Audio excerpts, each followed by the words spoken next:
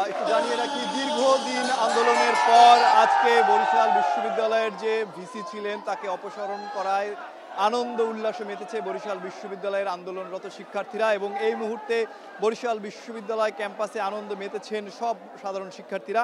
এবং সেই চিত্র যদি আপনাদের দেখাই, বরিশাল বিশ্ববিদ্যালয় ক্যাম্পাস কিন্তু এখন শিক্ষার্থীদের পদচারণায় মুখরিত এবং তারা দীর্ঘদিন ধরে আন্দোলন করে আসছিল।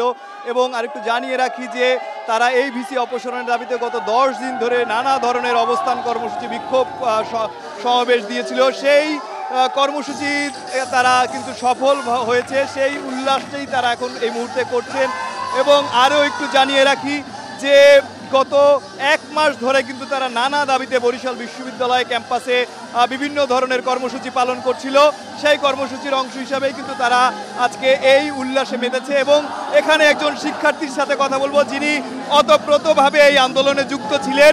তিনি আমাদেরকে জানাবেন যে কেমন লাগছে এবং কতদিন আন্দোলন করার পর এই উল্লাস আপনারা করতে পারছেন। আসলে ভাই এই অনুভূতি ভাষায় প্রকাশ করতে পারবো না। এই অনুভূতি অন্যরকম অনুভূতি। তবে আমাদের যে প্রত্যাশা ছিল, আমরা প্রত্যাশা করেছিলাম আরও আগে আমরা কাঙ্ক্ষিত সমাধান পাবো, কিন্তু আমরা সমাধান পেয়েছি। এর সাথে আমাদের কিছু ব্যথাও আছে। সেই ব্যথা হচ্ছে আমরা আমাদের শ্রদ্ধেয় প্রভিসি স্যার এবং ট্রেজারার স্যারের কোনো অভিযোগ আমাদের ছিল না, কিন্তু সরকার সিদ্ধান্ত নিয়ে তাদেরকে নিয়ে গেছে। এই জায়গায় আমাদের একটা ব্যাপার আছে। কিন্তু আমরা বলতে চাই, সরকার যে সিদ্ধান্ত নিয়েছে সেই সিদ্ধান্তকে আমরা সাধুবাদ জানাই। কারণ আমরা জানি দেশে যে অবস্থা বিরাজমান করছে, এই অবস্থা উত্তরণের জন্য আমরা সরকারকে ওতপ্রোতভাবে সহযোগিতা করতে চাই। এবং আমার যে ভাইয়েরা এই আন্দোলনকে সফল করার জন্য সহযোগিতা করেছেন, আমি তাদের প্রতি চিরকৃতজ্ঞ থাকবো। আপনাদের সংবাদ কর্মীদের প্রতি আমি কৃতজ্ঞ ভাই। শুনছিলেন একজন শিক্ষার্থীর অনুভূতির কথা। এবার আমরা আরও একজন শিক্ষার্থীর কথা শুনবো যিনি অতপ্রতভাবে এই যে অনশন কর্মসূচি, সেই অনশনে কিন্তু তিনি ছিলেন এবং তিনি আজকে অসুস্থ হয়ে পড়েছেন। তার কাছ থেকে শুনবো তার অনুভূতি, কতদিনের আন্দোলনের পর এই সফলতা। বরিশাল বিশ্ববিদ্যালয় বিগত 13 বছরের শোষণ ও বঞ্চনার শিকল থেকে মুক্তি পেয়েছে। এখন বরিশাল বিশ্ববিদ্যালয়ের সামনে চলার সময় বরিশাল বিশ্ববিদ্যালয়ের পিছনে ফিরে তাকাবে না। এখন বরিশাল বিশ্ববিদ্যালয়ের একজন অভিভাবক এসেছে, আমরা তাকে আমাদের দাবিগুলো জানাবো। আমরা বরিশাল বিশ্ববিদ্যালয়কে স্বপ্নের ক্যাম্পাসে পরিণত করব এবং আমাদের অভাব অনটন এবং দুঃখ দুর্দশাকে দূর করে বরিশাল বিশ্ববিদ্যালয়কে দক্ষিণবঙ্গের অন্যতম গবেষণায় প্রাচুর্যপূর্ণ এবং আধুনিক ক্যাম্পাসে পরিণত করব ইনশাআল্লাহ। যে আন্দোলন সংগ্রাম এতদিন করছিলেন, কেমন লাগছে? অনুভূতি কিরকম এখন? অনুভূতি, আমরা একটা সফল বিপ্লব ঘটিয়েছি। এর ভাগিদার বরিশাল বিশ্ববিদ্যালয়ের সকল শিক্ষার্থী।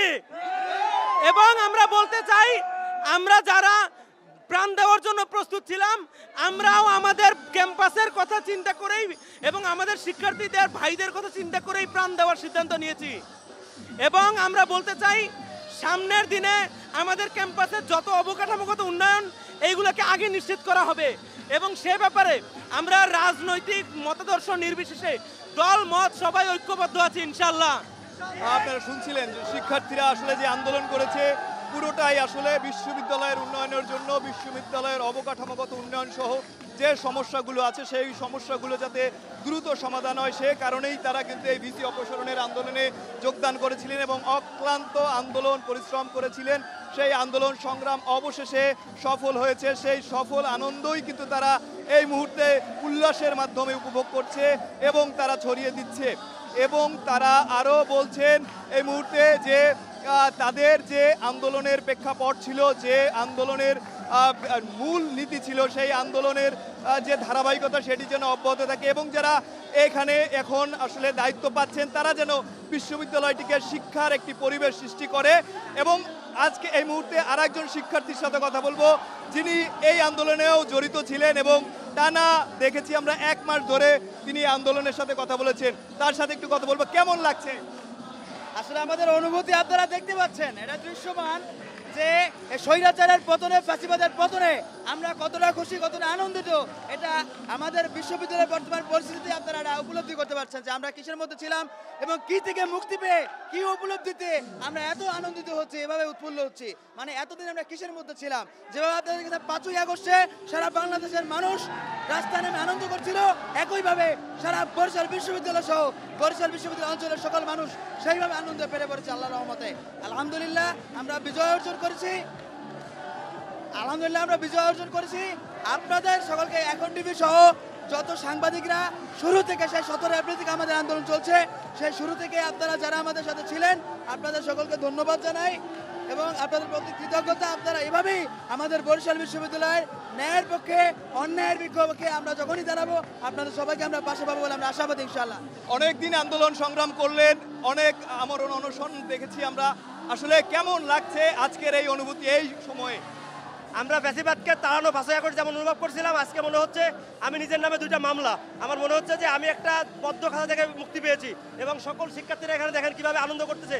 মনে হচ্ছে একটি ফ্যাসিবাদের কলার গ্লাস থেকে আমরা অনেকদিন পর মুক্তি পেলাম, আজকে মুক্তভাবে কথা বলতে পারছি এবং মুক্তভাবে আমাদের মত প্রকাশ করতে পারছি। আমরা চাই এরকম ধারা অব্যাহত থাকুক এবং নতুন যে অভিভাবক আসবে সেটা আমাদের সকলকে নিয়ে বিশ্ববিদ্যালয়টাকে গণতান্ত্রিক চর্চার মধ্যে আমাদের পরিচালনা করেন। আপনারা তো চাইছিলেন যে যে ভিসি রয়েছে তার অপসারণ এবং বিভিন্ন দাবিতে আসলে অপসারণ, এখন তো ভিসি অপসারণ হয়েছে, এখন ভবিষ্যৎ বিশ্ববিদ্যালয় কিরকম দেখতে চান আপনারা? আমরা বারবার আমাদের আন্দোলনের মাঝেও বলার চেষ্টা করেছি যে আমরা কোন ধরনের ভিসি চাই। আমরা একজন নৈতিক, চরিত্রবান, উচ্চশিক্ষিত, যিনি সব দিক শিক্ষার মানে কোয়ালিটিফুল এবং সে একই সাথে ভালো প্রশাসক এবং কোনো দলান্ধ নয়, বায়াস নয়, নিরপেক্ষ যোগ্য একজন লোককে চাই, যার অতীতে কোনো ক্লেইম নেই, যার এরকম কোনো বদনাম নেই এবং যিনি দক্ষভাবে প্রশাসক এবং একই সাথে শিক্ষাবিদ হিসেবে বিশ্ববিদ্যালয়কে এগিয়ে নিয়ে যেতে পারবে। সেই সাথে আমরা উপরন্ত দায়িত্বশীলদের আমরা হুঁশিয়ার করে দিতে চাই, বরিশাল বিশ্ববিদ্যালয়ের ইতিহাস থেকে আপনারা জানেন যে বরিশাল বিশ্ববিদ্যালয় যদি পরবর্তীতে এইরকম আবার কোনো অযোগ্য ভিসিকে দেওয়া হয় আমরা পুনরায় আবার আন্দোলন করব।